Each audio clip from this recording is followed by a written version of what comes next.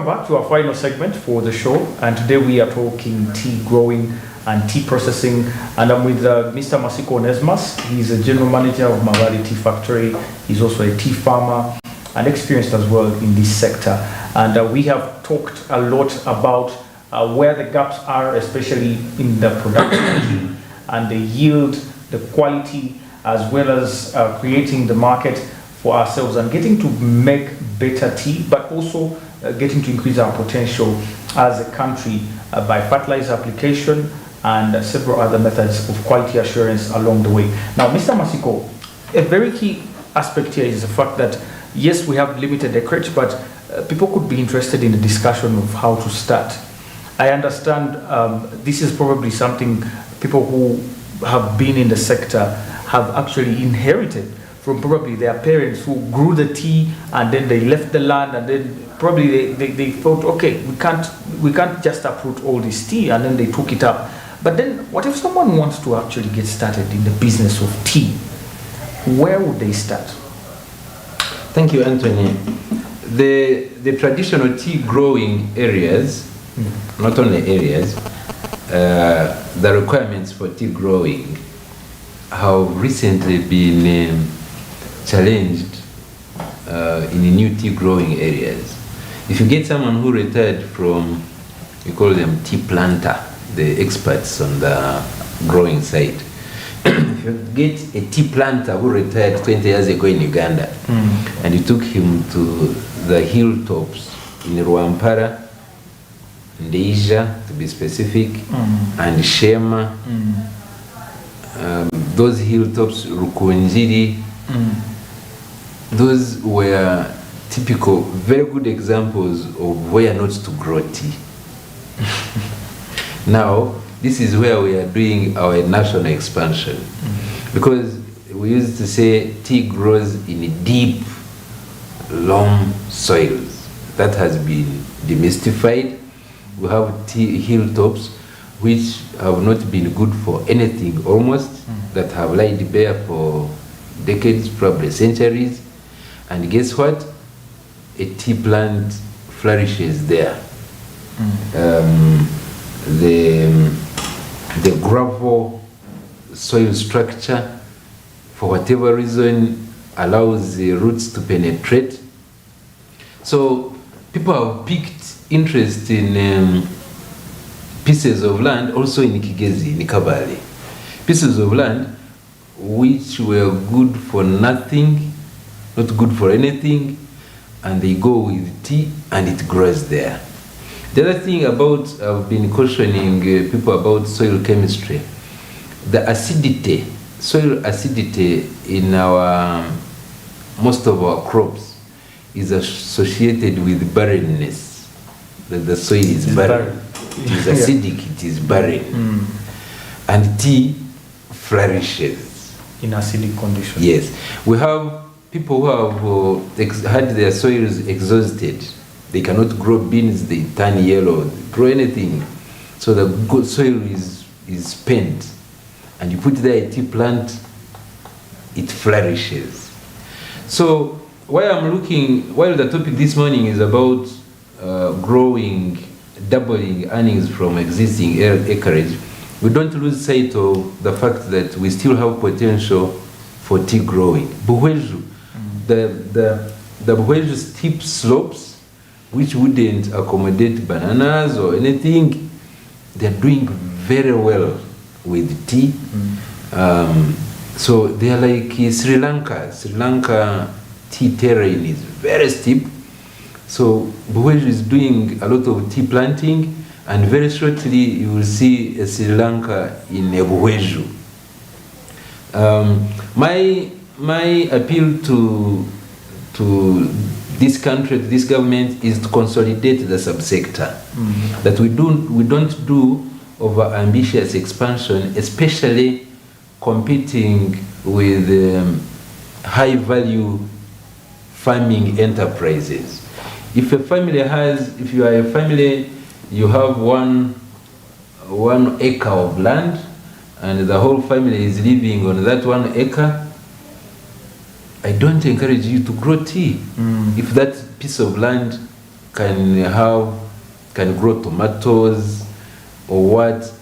You're not going to get, this is a plantation crop which we have compromised to small scale farming, and I want to be very, very open and honest that I don't like people who popularize tea among small acreage families which are living on that small land.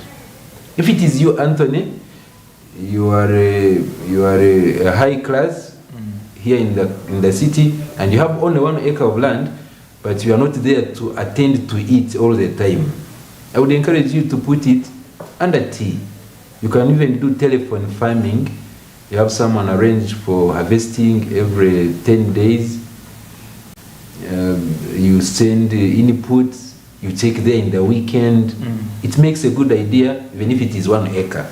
But for our households, which are relying on small pieces of land, which are suitable for alternative usage, especially in high value farming, I wouldn't encourage tea growing. Okay, so you should on a bigger scale? So the bigger scale, and if it is small scale, then it shouldn't be the sole source of earning for the family. Yeah. But for government, we need to promote tea farming among small scale farmers in context. Don't just make a ruling that 1 acre too small, never grow tea. No, it makes sense for my father. He is aged. He cannot put himself into active farming. If he had 1 acre of tea and he can walk on his walking stick and watch guys harvesting, and they weigh to the factory and he returns home, it's 1 acre, but it makes sense for that person. So we have to put it in perspective, and we don't just draw a line. We need to understand who is doing what. Also, tea, the very distinctive characteristic is continuous production throughout the year. Yes. And I've told you I'm a coffee farmer as well. You can't get full-time income from coffee. You wait for the season. So when children want books, mine are university age, they want handouts and what, and the coffee is out of season, what do? But tea is like a salary, and that's why we promote it. How often do you harvest?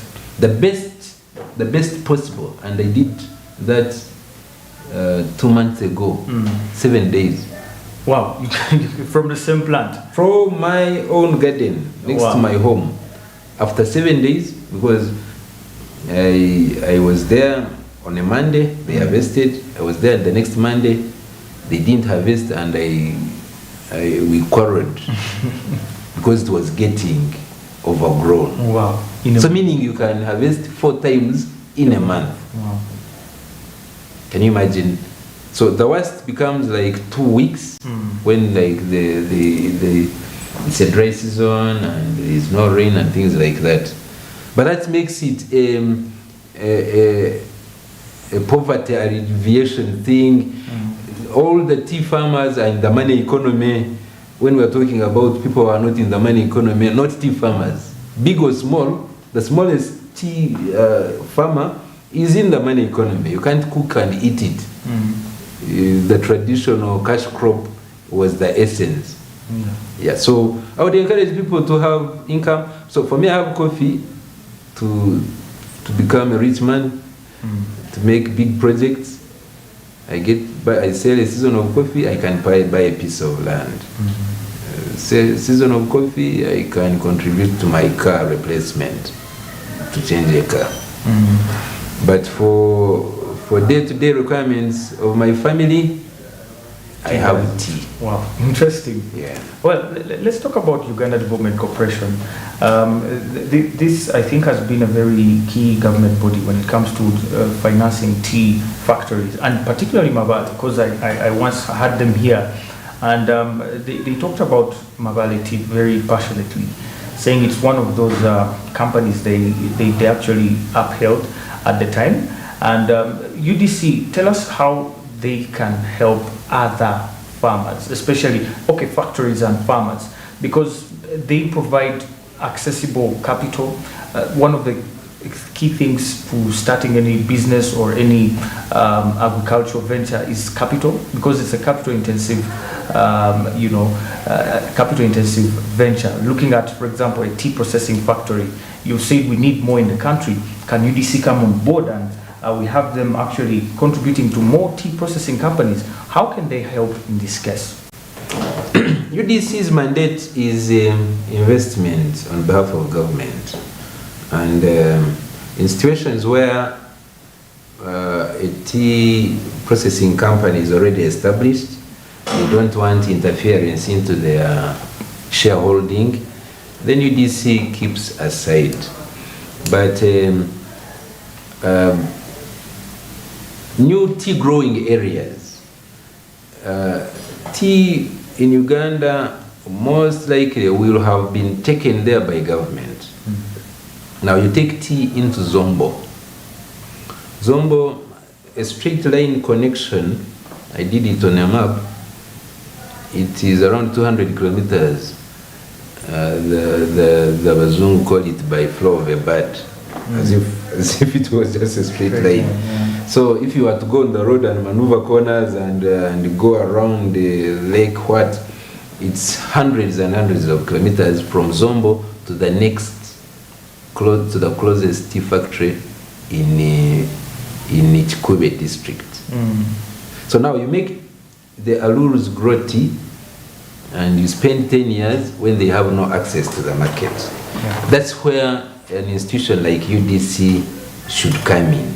And it has actually come in historically when tea was introduced in South Kigezi, Kisoro and Kabale to be specific.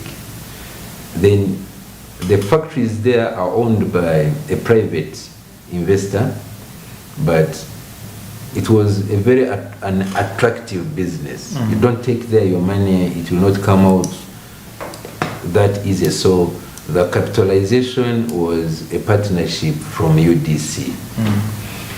Mabale, where I am, this is a business which was owned by government and was sold to farmers, and the farmers were to compete, and they continue to compete in a very liberalized, hostile, competitive environment. In fact, one of the biggest challenges of smallholder owned tea factories, stakeholders starting from farmers themselves, they don't make a difference between that factory business and government.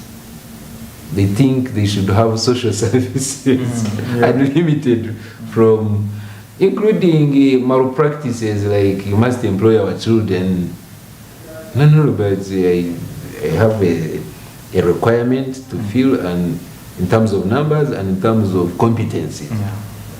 So where a smallholder factory struggles, close to extinction, like Mabale, then government comes in again with a supportive hand, and that is Uganda Development Corporation. But they've had to come in because of the restricted mandate. They've had to come in by investing. Investing means what? They buy shares. Buy share means what? Farmers release part of their authority and shareholding. But it has been done in good faith that when farmers recover, they can buy back the shares. Now back to the point here, I would like to interest government. And I want to interest government through UDC, that they can now serve the entire industry on what is killing us today. NDP3, Anthony, has gone on programs. And program number 1 on the list is agro-industrialization. My interpretation of government intention is that we should just stop growing for the sake of growing things. We should grow and transition into industry. Now, in this specific thing of tea, we should look at a farmer from a processing perspective, interface with the farmer through a factory. That's the most effective way. So where I have a big problem of a farmer failing to maximize his production because of fertilizer, why, for example, wouldn't the government set up a fertilizer fund and administered? It's not actually a new thing.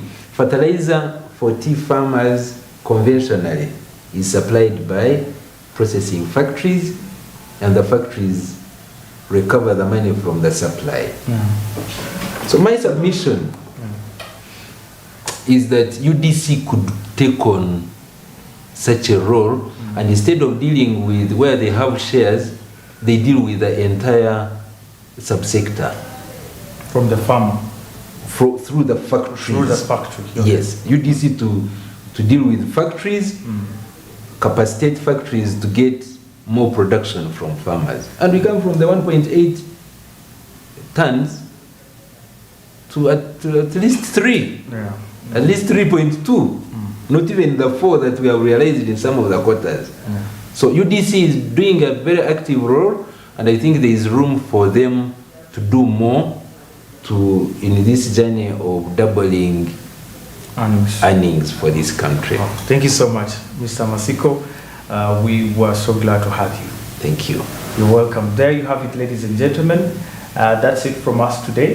This is the point. We do discuss matters concerning our different subsectors and sectors here in the economy, and how they do contribute to the well-being of these particular individuals in the sectors. My name is Anthony, and I've been your host. I've been talking to Mr. Masiko Onesmus, who is a tea farmer, but also general manager of Mavali Tea Factory here. I'll catch you next time, same place, and of course have a very wonderful weekend. Remember to stay tuned. Smart 24 has a lot more in store for you. Bye for now.